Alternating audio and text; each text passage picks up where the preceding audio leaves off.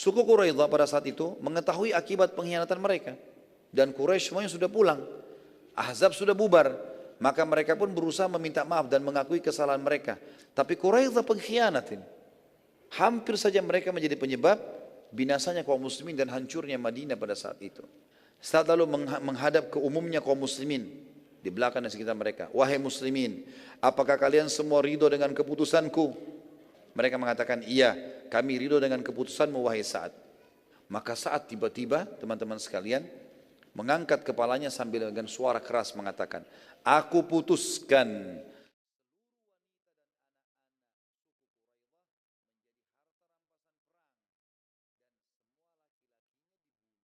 Imam Bukhari meriwayatkan dari Abdullah bin Syaibah bin Numair bin Hisham dari ayahnya. Dari Aisyah radhiyallahu anha mengisahkan, saat Rasulullah SAW kembali dari perang Khandak, dari parit, pagi harinya sudah menang, Nabi SAW pulang ke rumahnya. Lalu beliau menaruh senjata dan hendak mandi, masuk ke rumah. Tiba-tiba malaikat Jibril mendatanginya dan berkata, engkau meletakkan senjatamu wahai Muhammad, sementara kami demi Allah dari kalangan malaikat tidak akan meletakkannya. Karena itu keluarlah temui mereka. Nabi SAW bertanya, keluar kemana? Lalu Jibril menunjuk ke sana sambil menunjuk ke arah suku atau Bani Quraidah, bentengnya. Maka Nabi SAW pun segera bangkit lalu kemudian memakai kembali baju perangnya dan membawa pedangnya. Dalam riwayat Bukhari yang lain diriwayatkan dari Musa, dari Jarir ibn Hisham, dari Humaid bin Hilal dari Anas bin Malik radhiyallahu anhu yang mengungkapkan seakan-akan saya melihat debu mengepul di lorong Bani Ganam, ya. Karena iring-iringan malaikat Jibril yang mengawal Rasulullah SAW bergerak menuju Bani Quraidah.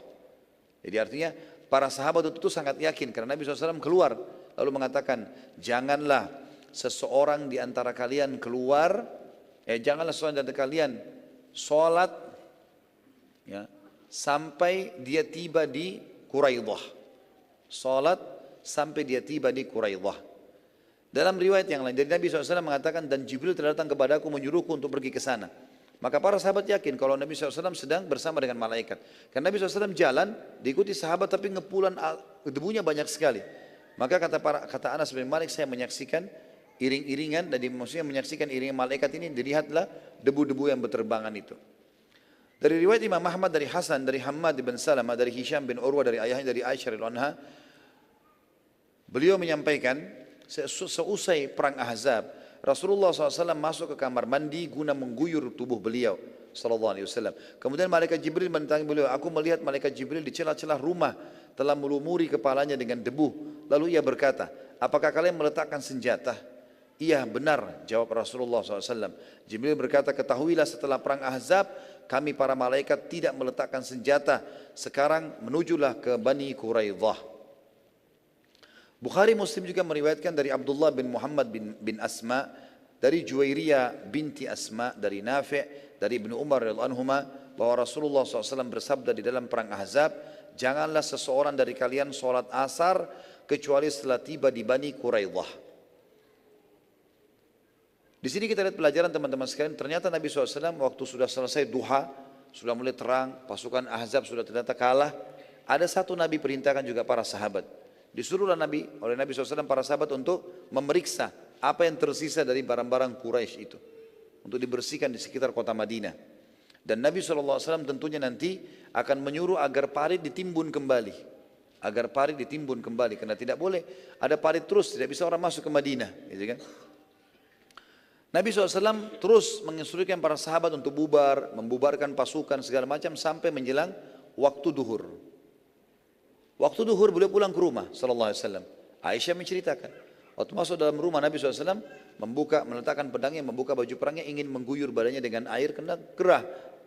Lalu tiba-tiba saja, ya, Jibril datang kepada beliau sallallahu alaihi wasallam dan mengingatkan masalah ini.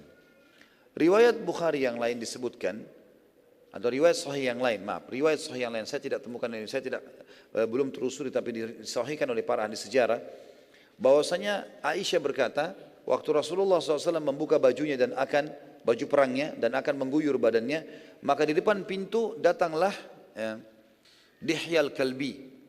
Dihya al-Kalbi radhiyallahu anhu. Kata Aisyah, saya melihat Dihya al-Kalbi mengetuk pintu. Lalu berkata, di mana Rasulullah? Maka aku mengatakan Rasulullah SAW akan mengguyur badannya. Maka berkatalah Dihya al-Kalbi, panggilkanlah untukku. Maka Nabi SAW pun dipanggil. Lalu aku mendengar perkataan yang diucapkan oleh Dihya, hai Muhammad, apakah kalian meletakkan senjata kalian sementara kami tidak letakkan senjata kami sampai kami mendatangi tempat itu? Maka segeralah ke sana. Maka kemudian Dihya al-Kalbi pun menuju ke sana. Ternyata dia adalah Jibril yang menjelma menjadi Dihya al-Kalbi. Juga dikuatkan dengan riwayat Bukhari yang lain. Disebutkan, maaf sebelumnya saya sebutkan dulu riwayat Baihaqi. Riwayat Baihaqi mengatakan dari Abdullah bin Abu Abdillah Al-Hafidh, dari Abu Bakar Ahmad bin Al-Hasan bin Al-Qadi, dari Abu Abbas dan seterusnya, dari Zuhri sampai ke Abdurrahman bin Abdillah bin Ka'ab bin Malik, dari pamannya, ia berkata Ubaidillah, maksudnya pamannya adalah Ubaidillah radhiyallahu anhu, bahwa setelah perang Ahzab, ya, kembali para pasukan kembali, Nabi SAW meletakkan baju besinya lalu mandi. Tiba-tiba malaikat Jibril nampak di hadapan beliau seraya berkata, apa yang membuatmu enggan berperang? Berikan alasanmu. Benarkah aku melihatmu telah meninggalkan baju besimu, sementara kami belum melepaskannya sama sekali? Maka Rasulullah SAW lalu loncat karena terkejut, lalu beliau bersabda, barang siapa yang beriman pada Allah dan hari kiamat, maka ia tidak boleh sholat asar sampai di pemukiman suku Quraidah. Lalu para sahabat pun berlumba-lumba pada saat itu, ya, menuju ke suku Quraidah satu sama yang lain, karena Quraidah berada di pinggir kota Madinah tadi. Dan pada saat mereka tiba, ternyata sudah terbenam matahari, karena mereka jalan kaki untuk berkumpul semuanya. Rasulullah SAW keluar melewati beberapa majlis di jalur menuju Bani Quraidah, seraya bertanya, apakah kalian melihat tadi ada orang lewat di sini? Maka orang-orang pada mengatakan, iya, baru saja kami menyaksikan Dihya al-Kalbi menunggangi Bigal. Bigal itu perkawinan antara kuda sama keledai. Berwarna abu-abu, berpelana, sutra, beludru.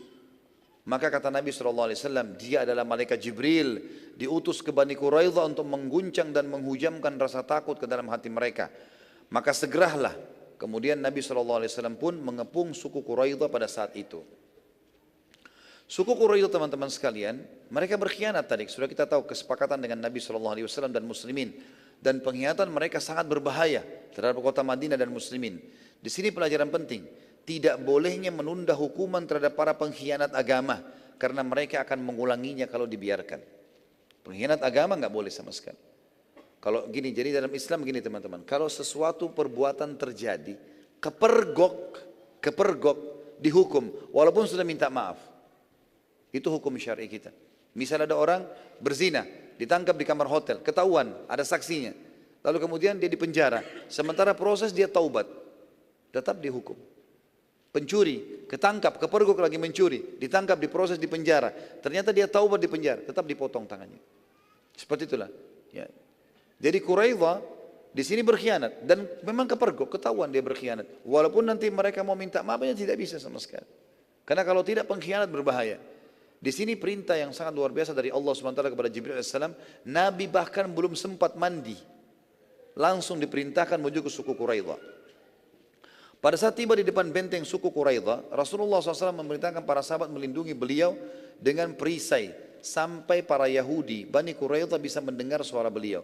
Artinya Nabi SAW berjalan terus sampai depan pintu gerbang, tapi para sahabat menameng dengan perisai-perisai. Sebagian riwayat menjelaskan kalau perisai para sahabat, jadi sahabat saling menopang satu sama yang lain. Jadi ada sahabat yang naik di punggung sahabat yang lain sambil pegang perisai. Terus sangat tingginya perisai itu dibuat melindungi Nabi SAW. Pada saat itu Nabi SAW mengucapkan kalimat, teman-teman sekalian, yang belum pernah Nabi ucapkan kalimat seperti ini. Nabi orangnya selalu santun kalau bertutur kata, tapi pada saat itu Nabi mengatakan, wahai saudaranya kera dan babi, telah datang dari Allah Azza wa Jal, Allah yang maha mulia dan maha tinggi, penghinaan dan kehancuran kalian. Sebab pernyataan Nabi SAW ini adalah sebab ada dijelaskan dalam Al-Quran surah Al-Ma'idah, surah nomor 5 ayat 60, tentang mereka disebutkan oleh Allah menjadi, ya, dikutuk menjadi babi dan kerah tadi. Surah Al-Ma'idah ayat 60 menjelaskan itu. A'udzu billahi minasyaitonir rajim. Qul hal unabbi'ukum bisyarrin min dzalika mathubatan indallah man la'anahu Allah wa ghadiba alaihi wa ja'ala minhumul qiradata wal khanazir wa ja'ala minhumul qiradata wal khanazira wa 'abada at-taghut ulaika syarrum makana wa adallu an sawa'is sabil. Katakanlah, apakah akan aku beritahukan kepada kalian tentang orang-orang yang lebih buruk pembalasannya daripada orang-orang fasik itu di sisi Allah, yaitu orang-orang yang dikutuki dan dimurkai Allah. Di antara mereka ada yang dijadikan kerah dan babi, dan orang-orang yang menyembah tagut atau selain daripada Allah. Mereka itu lebih buruk tempatnya dan lebih tersesat dari jalan yang lurus. Yang Allah masukkan adalah orang-orang Yahudi. Dan ini juga perbuatan mereka karena mereka melanggar memancing di hari Sabtu, sebagaimana Allah sebutkan dalam surah Al-Baqarah ayat 65. Suku Quraidah pada saat itu mengetahui akibat pengkhianatan mereka, dan Quraisy semuanya sudah pulang, Ahzab sudah bubar, maka mereka pun berusaha meminta maaf dan mengakui kesalahan mereka. Tetapi Nabi SAW tidak menerimanya, kecuali mereka menyerah dan tunduk dengan hukum Nabi SAW. Mereka menolak tunduk pada hukum Nabi SAW karena mereka sadar kalau mereka akan dihukum berat atas pengkhianatan itu. Mereka lalu mengirim surat kepada Nabi SAW. Kirimkanlah kepada kami sekutu kami dari kalian agar kami bisa bernegosiasi dengannya. Nabi SAW mengutus pada mereka seseorang sahabat bernama Abu Lubabah radhiyallahu anhu. Pada saat Abu Lubabah tiba, pemimpin suku Quraidah meminta saran. Abu Lubabah mengatakan tidak ada jalan lain kecuali kalian menyerah. Salah satu dari Yahudi berkata, kira-kira bila kami menyerah diri kami pada Muhammad, apa yang akan ia lakukan? Kata Abu Lubabah, tanpa aku sadari tiba-tiba tanganku sudah mencekik lehernya sambil berkata, pastilah kalian akan dibunuh. Gitu kan. Karena para sahabat sudah sangat jengkel dengan suku Quraidah ini. Bagaimana mereka berkhianat tadinya. Maka spontan para Yahudi mengatakan, kalau demikian kami tidak akan menyerahkan diri. Kami tidak akan menyerahkan diri. Abu Lubabah lalu baru balik ke masjid Nabi SAW, lalu berkata, wahai Rasulullah, aku telah binasa, karena aku telah mengkhianati Allah dan Rasulnya. Kata Nabi SAW bertanya, mengapa? Apa yang kau lakukan? Dia mengatakan, aku menyatakan kalau anda akan menghukum mati mereka, maafkan aku wahai Rasulullah. Padahal Nabi belum sampaikan itu. Nabi hanya sekedar meminta Abu Lubabah untuk bernegosiasi sama mereka, mendengar apa yang mereka mau. Nabi SAW menjawab, aku tidak akan mengambil keputusan sampai Allah yang menentukan, hai Abu Lubabah. Karena memang Allah yang menurunkan hukuman akan membunuh mereka, menghukum mereka. Tapi itu belum boleh dibilang. Ya. Abu Lubabah karena merasa bersalah, maka ia pun mengikat dirinya di tiang masjid, ya, dan hanya melepaskan diri pada saat sholat atau buang hajat saja. Sementara makan dan minum hanya disuapkan oleh kerabatnya saja. Hal ini bertahan sampai 6 hari. Akhirnya Allah Subhanahu wa taala menurunkan firman-Nya dalam surah At-Taubah surah nomor 9 ayat 102 kepada Abu Lubabah radhiyallahu anhu. At-Taubah surah nomor 9 ayat 102. A'udzu billahi minasyaitonir rajim wa akharuna i'tarafu bi dzunubihim kharatu amalan salihan wa akhara sayyi'an asallahu an yatuba alaihim innallaha ghafurur rahim. Ada pula orang-orang lain yang mengakui dosa-dosa mereka. Mereka mencampur baurkan pekerjaan yang baik dengan pekerjaan lain yang buruk. Mudah-mudahan Allah menerima tobat mereka. Sesungguhnya Allah Maha Pengampun lagi Maha Penyayang. Jadi pada saat itu teman-teman sekalian, memang perintah Nabi SAW, dengarkan saja. Dengarkan saja, jangan buat yang lain. Tapi Abu Lubabah bilang, saya tidak sadar. Waktu mereka minta saran, kira-kira kalau kami menyerah diapakan? Kata Abu Lubabah, tiba-tiba tangan saya sudah mencekik leher dan mengatakan, pastilah kami akan bunuh kalian. Seperti itulah. Kita kembali ke kisah kita, atau ke lanjutan bahasan. Sementara di benteng suku Quraidah, kepanikan dan ketakutan meliputi mereka. Dalam kondisi di benteng mereka serba ada, cukup dengan makanan, minuman, serta kebutuhan lainnya. Tapi ketakutan telah Allah masukkan dalam hati mereka melalui Jibril alaihissalam tadi. Terjadilah musyawarah di antara pimpinan mereka, atau musyawarah, dan pimpinan mereka Ka'ab bin As'ad mengumpulkan pemuka-pemuka kaumnya seraya berkata, kalian sudah melihat dan mengetahui bagaimana keseriusan Muhammad dan sahabat-sahabat dalam mengepung dan akan menyerang kita. Para pemuka bertanya kepada Ka'ab bin As'ad, apa saran anda? Kata Ka'ab, pilih hanya satu dari 3. Mereka bertanya, apa itu? Ka'ab berkata, yang pertama, demi Allah, kalian tahu kalau Muhammad benar-benar Nabi. Gak ada yang tidak tahu ini. Maka kita semua beriman padanya karena Muhammad tidak akan membunuh sahabatnya. Ini pilihan pertama dari kepala mereka, dari Ka'ab bin As'ad, kepala suku mereka, raja mereka. Para pemuka Yahudi mengatakan kalau itu jelas dari dulu kami menolak. Kebodohan mereka, tidak mau beriman. Lalu apa yang kedua? Kata Ka'ab, yang kedua, kita membunuh semua wanita-wanita dan anak-anak kita. Lalu kita menyerang dalam satu serangan. Serang saja, habis-habisan. Bila kita menang, maka kita akan mengganti wanita dan anak-anak kita dengan wanita dan anak-anak muslimin. Dan jika kita kalah, kita semuanya mati terbunuh, anak-anak dan istri-istri kita atau perempuan kita tidak akan jadi rampasan. Tidak akan jadi rampasan perang muslimin. Para pemuka Yahudi juga menolak. Mereka mengatakan, apa dosa mereka? Kenapa mereka harus mengalami itu? Apa yang ketiga? Kata Ka'ab, malam ini malam Sabtu. Umumnya Muhammad dan sahabatnya beristirahat. Kalau akan, maksud ini adalah Sabtu malam ya. Karena kan kemarin Ahzab sudah bubar. Hari ini sekarang hari Sabtu. Malam, tapi masih hari Sabtu. Umumnya Muhammad dan sahabatnya beristirahat kalau akan menyerang Yahudi di malam Sabtu. Dan hari Sabtu, ya, karena mereka mengetahui kalau Yahudi tidak berperang pada saat itu. Maka kita serang saja mereka malam ini. Yahudi menolak dan berkata, wahai Ka'ab, Anda sangat mengetahui bagaimana pelanggar pancingan pada hari Sabtu diubah dan dikutuk oleh Allah menjadi kera dan babi. Maka kami juga tidak bisa melakukannya. Ka'ab berkata, kalau demikian demi Allah kalian sudah tidak ada lagi. Tidak ada lagi pilihan lain, tidak bisa melakukan apa-apa. Dan benar mereka akhirnya tidak dapat melakukan apa-apa sama sekali. Salah satu dari Yahudi, ada orang Yahudi bernama Amr bin Wud Sa'di. Ya, Amr bin Wud As-Sa'di. Ya. Ini mirip dengan namanya tadi orang Quraisy yang mati. Dia sempat keluar dari benteng dan menuju ke pasukan muslimin. Akhirnya ia ditangkap oleh Muhammad bin Maslam radhiyallahu anhu yang sangat tegas dengan orang-orang kafir. Pada saat Muhammad bin Maslam akan membunuhnya, dia mengatakan, izinkan aku menemui Nabi kalian. Muhammad bin Maslam lalu mengajak orang ini, Amr, menuju kepada Nabi SAW. Pada saat bertemu, Amr berkata, saat kaum Yahudi mengkhianati kesepakatan denganmu, akulah satu-satunya orang yang menolak. Satu benteng semuanya setuju, kecuali aku. Nabi SAW mengatakan di depan para sahabat, engkau benar.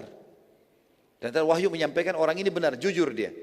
Memang semua Yahudi setuju kecuali dia. Lalu Nabi SAW memerintahkan agar ia dibebaskan. Seraya Nabi SAW bersabda, orang ini telah diselamatkan oleh Allah karena kejujurannya. Dan ini pentingnya kejujuran teman-teman sekalian. Sampai di kancah peperangan pun dia bisa selamat. Saya bilang di sini, lihat bagaimana kebenaran dan kesempurnaan Islam. Hukuman bagi yang mengkhianat dan bukan yang ikut-ikutan. Bukan hukuman kepada yang tidak ikut-ikutan. Jadi kita harus adil.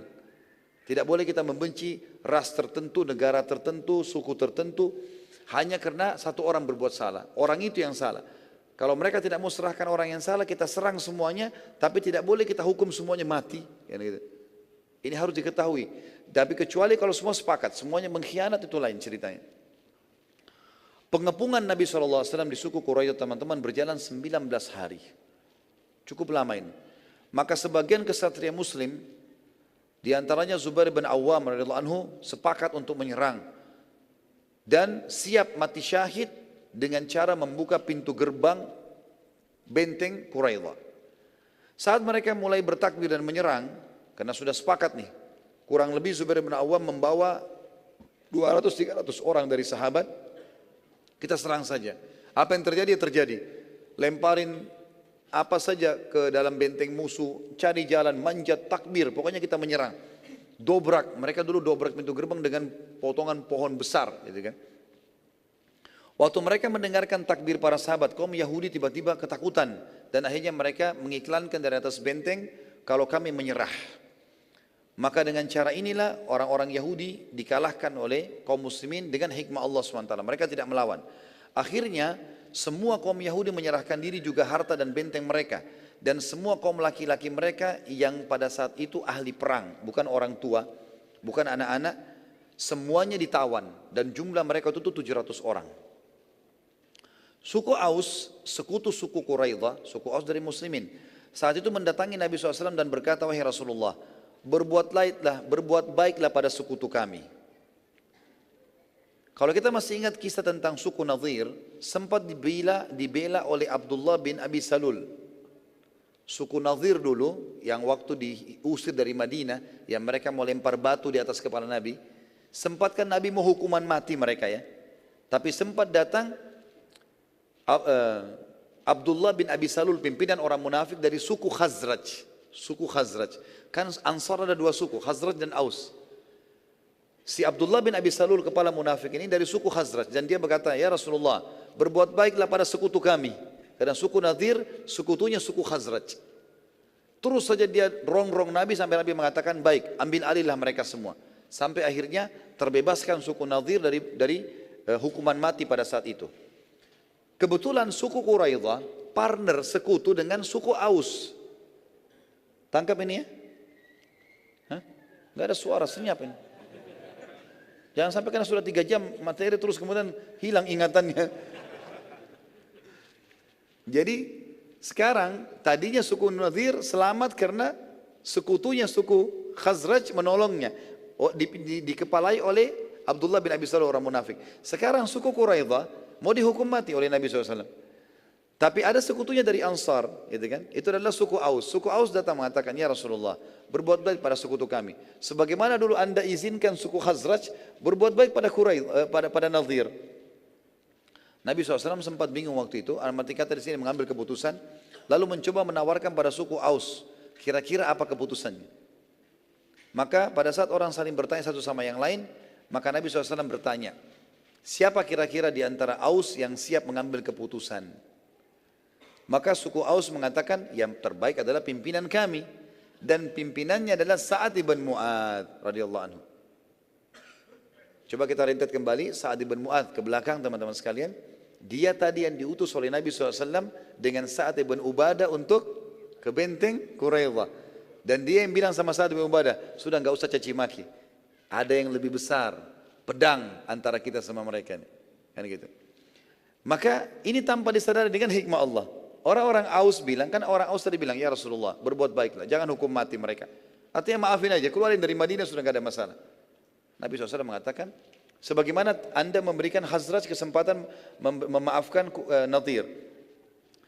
Kata Nabi SAW, siapa yang menentukan keputusan di antara kalian, yang kalian setuju semua? Mereka tidak sadar, mereka mengatakan pimpinan kami Sa'ad bin Mu'adz. Sa'ad bin Mu'adz ini sangat benci dengan Quraidah, gitu kan? Aus berkata, menjawab, Sa'ad bin Mu'adz pimpinan kami. Kami ridho, wahai Rasulullah. Dia saja. Dalam riwayat kata Nabi SAW, bagaimana kalau Sa'ad bin Mu'adz yang menentukan? Mereka mengatakan, kami ridho ya Rasulullah. Itu pimpinan kami, sudah tepat. Ya. Pada saat berita itu terdengar oleh orang-orang Yahudi Quraidah, maka mereka serentak berkata, kami ridho bila Sa'ad bin Mu'adz, karena dia adalah sekutu kami.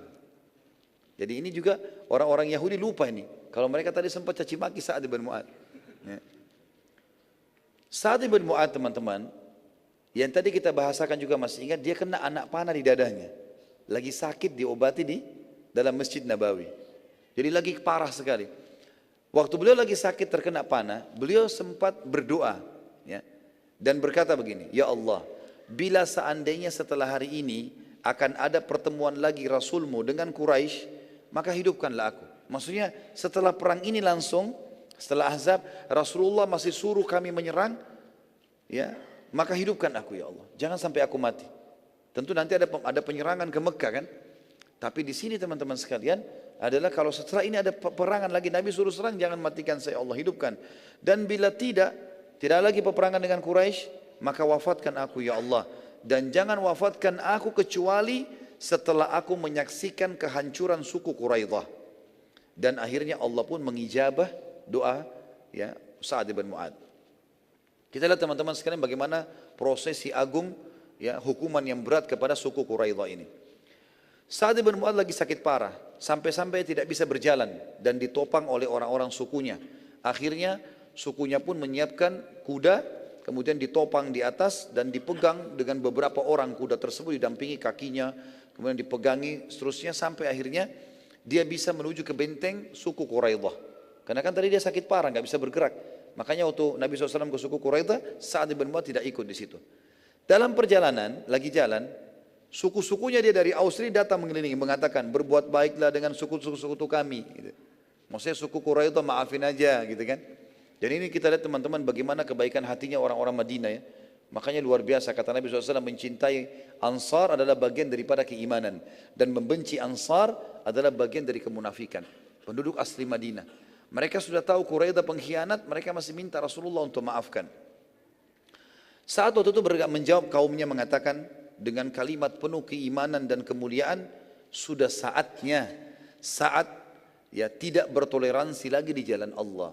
Sudah saatnya saat tidak lagi toleransi di jalan Allah. Terus dia ulangi sampai tiba di suku Quraidah. Dan sukunya sudah tahu ini. Sebagian kaum yang cerdas memahami maksud Sa'ad dan berkata kepada sebagian yang lain, pasrahlah dan sudah saatnya Quraidah harus binasa. Ketika Sa'ad bin Mu'adz radhiyallahu anhu tiba di benteng Quraidah, sementara seluruh laki-laki Quraidah terbelenggu. Jadi 700 orang tadi dibelenggu semua, diikat, kemudian juga leher mereka dibelenggu, diikat satu sama yang lain. Jadi mereka tidak bisa lari. Maka Nabi SAW pada saat melihat Sa'ad lagi datang, didampingi oleh kaumnya, beliau berkata, berdirilah untuk pimpinan kalian. Dan ini satu kemuliaan yang Nabi SAW muliakan Sa'ad. Ya. Artinya memuliakan pemimpin kaum ini. Maka semua berdiri. Suku Quraidah pada saat melihat kejadian tersebut terkesimak dan penuh kekhawatiran. Kenapa kok tersimak? Dia melihat kok begitu luar biasa saat dimuliakan oleh Nabi SAW. Mereka tidak sangka dan mereka penuh khawatir jangan sampai saat punya keputusan untuk membunuh mereka. Nabi SAW bersabda, kami telah menyerahkan hukum suku Quraidah kepadamu wahai Sa'ad. Adililah, terserah kamu. Maafin, bunuh, apa saja, terserah. Sa'ad lalu berkata, apakah semua Aus sukuku akan menerima keputusanku? Sengaja beliau tanya dengan suara keras. Orang-orang Aus mengatakan, iya, kami ridho dengan hukumanmu atau hukummu hai Sa'ad. Sa'ad lalu balik menghadap ke suku Khazraj, orang penduduk Madinah yang lain tadi. Ya, dari nanti ada di Ansar, dua-duanya Ansar ini. Apakah Khazraj setuju dengan keputusanku? Khazraj menjawab, iya, kami ridho dengan keputusanmu hai Sa'ad. Sa'ad lalu menghadap ke umumnya kaum muslimin di belakang dan sekitar mereka. Wahai muslimin, apakah kalian semua ridho dengan keputusanku? Kalau aku bilang A, B, B, setuju semua, enggak ada yang bangkang? Mereka mengatakan, iya, kami ridho dengan keputusanmu wahai Sa'ad. Lalu Sa'ad menghadap ke arah Nabi SAW sambil menundukkan kepala beliau dan mengatakan, apakah yang ada di sini ridho dengan keputusanku?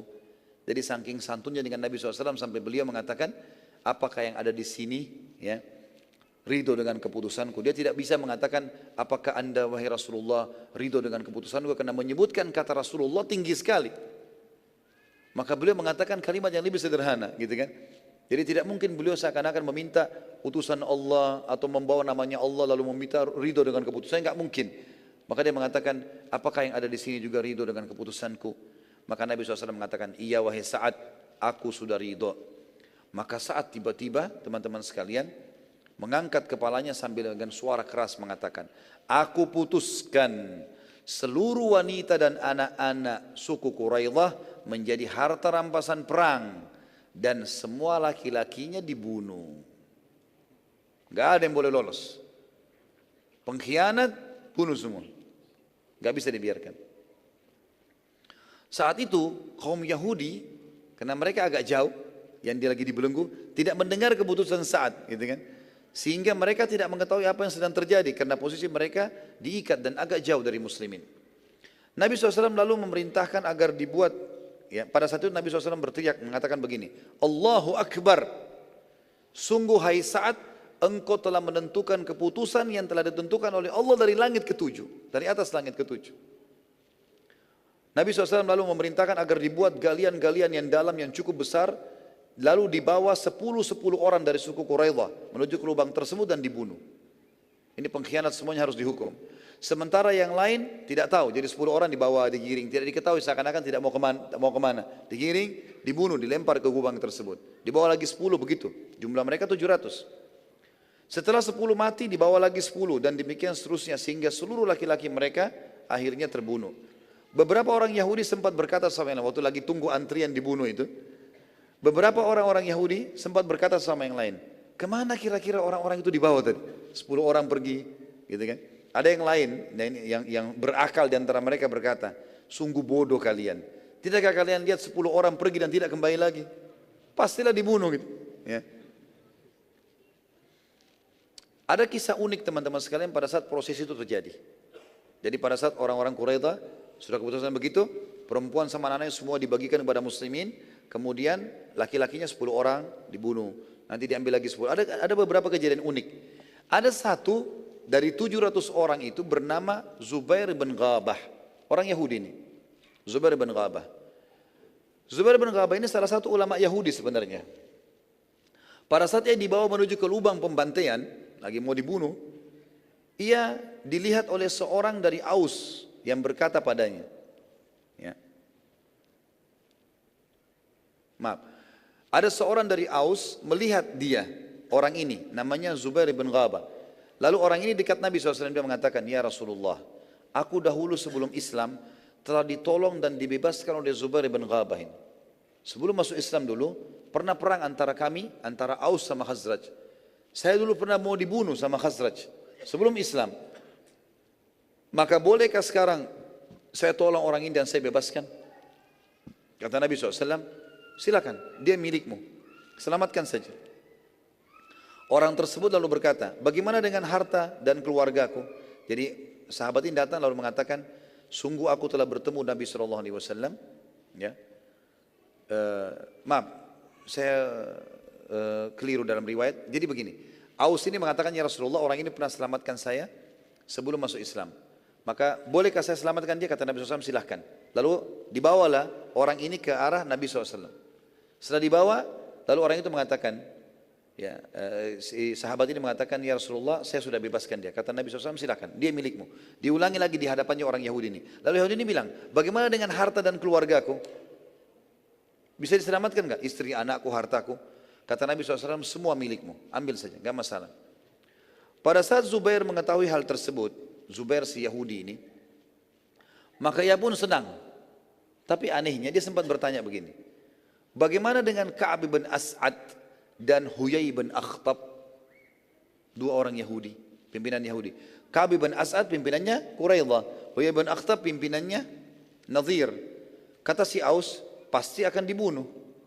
Maka Zubair berkata, Zubair si Yahudi yang mau ditolong, Zubair bin Ghabah, aku tidak ridho kalau aku hidup sementara kedua sahabatku terbunuh. Kata Aus, si Aus ini, sahabat ini, sadarlah, ini hari keselamatanmu. Tetap saja Zubair tidak terima dan berkata, aku lebih memilih mati dan menuju surga bersama mereka. Maka akhirnya ia pun dibunuh. Jadi Yahudi yakin kalau mati masuk surga, padahal jelas-jelas masuk neraka. Huyai bin Akhtab yang merupakan kepala suku Nadhir mati terbunuh juga karena memang dia sempat, ya, tinggal di benteng Quraidah. Pada saat ini yang tadi yang menjadi otaknya membentuk pasukan Ahzab itu. Maka terbunuhlah Zubair, si Yahudi, Zubair bin Ghabah ini. Kisah yang lain juga kisah seseorang yang bernama Rufa'ah al-Qaradi. Rufa'ah al-Qaradi. Pada saat ia sedang digiring untuk dibunuh, ia sempat melihat seorang sahabiat Nabi, seorang wanita lewat. Maka ia pun memohon-mohon padanya, seraya berkata, selamatkan aku dari pembunuhan, maka demi Allah aku akan masuk Islam dan aku akan menjaga solat. Kata si Yahudi ini, Rufa'ah al-Qaradi. Maka sahabat tersebut merasa ibah. Lalu dia mengatakan kepada sahabat yang menggiringnya, sebentar, saya akan bawa dia ke Nabi SAW. Lalu setelah datang, kata perempuan ini, wahai Rasulullah, bebaskan Rufa'ah untukku, karena ia berjanji padaku akan masuk Islam dan ia akan menjaga solat. Maka Nabi SAW pun mengizinkan, ya, wanita ini Rufa'ah radhiyallahu anha, sahabat ini membebaskan Rufa'ah, dan ternyata Rufa'ah benar-benar masuk Islam dan menjadi salah satu ulamanya muslimin. Setiap kali dia berdoa setelah itu, dia mengatakan, ya, ia selalu berkata, selamatkanlah yang telah menyelamatku dari pembantaian ya Allah. Maksudnya si Rufa'ah mendoakan si sahabiat itu. Dia mengatakan, ya Allah, selamatkanlah orang atau wanita yang telah menyelamatkan aku dari pembantaian. Nabi SAW lalu membagi-bagi para wanita dan anak-anak orang Yahudi sebagai tawanan dan budak muslimin. Yang menjadi bagian Nabi SAW adalah seorang wanita Yahudi bernama Raihana al-Quradiyah, atau sebenarnya Quraidah, ya, al-Quradiyah ini. Sempat Nabi SAW menawarkan baginya Islam dan ia akan dibebaskan dari keterbudakan serta dinikahi oleh Nabi SAW, tapi ia menolak pada awal penawaran. Namun akhirnya ia pun masuk Islam dan Nabi SAW memenuhi janjinya, artinya menikahi wanita ini. Dan ini pelajaran besar teman-teman sekalian, bagaimana para orang-orang kafir dihiasi amalan mereka oleh syaitan sehingga mereka menganggap perbuatan mereka baik. Sampai tadi Zubair bin Ghabah jelas-jelas akan selamat dan dia tahu ini kebenaran, tapi dia lebih pilih mati dalam keadaan kekufuran dan dia anggap dirinya akan masuk surga. Syaitan menghiasi itu. Nabi SAW juga bersabda, andai saja terdapat 10 atau 12 riwayatnya Yahudi beriman padaku, maka niscaya seluruh Yahudi akan beriman kepadaku. Jadi sulit sekali mereka beriman, gitu kan. Juga pelajaran lain teman-teman sekalian, kalau Islam adalah agama toleransi di tempatnya, di waktunya dan juga di keadaannya. Tapi Islam juga adalah agama yang tegas di waktu, tempat dan keadaannya. Ini harus diketahui. Jadi banyak sekali tawanan perang dan kita tahu dalam Islam dianjurkan untuk dibebaskan. Ya, Allah SWT banyak menyebutkan masalah itu. Bahkan kata Nabi SAW, bebaskanlah budak, bebaskanlah tawanan, bebaskanlah tawanan. Nabi selalu tawarkan masalah itu. Dan juga pada perang Bani Mustalik, Nabi SAW ya, mengiyakan sahabat pada saat bebaskan semua tawanan perang mereka. Tapi khusus Quraidah, dan kita lihat juga nanti pembebasan kota Mekah ya, satu kota Mekah Nabi bebasin, nggak ada masalah, nggak ada budak, nggak ada tawanan. Tapi Quraidah pengkhianatin. Hampir saja mereka menjadi penyebab binasanya kaum muslimin dan hancurnya Madinah pada saat itu.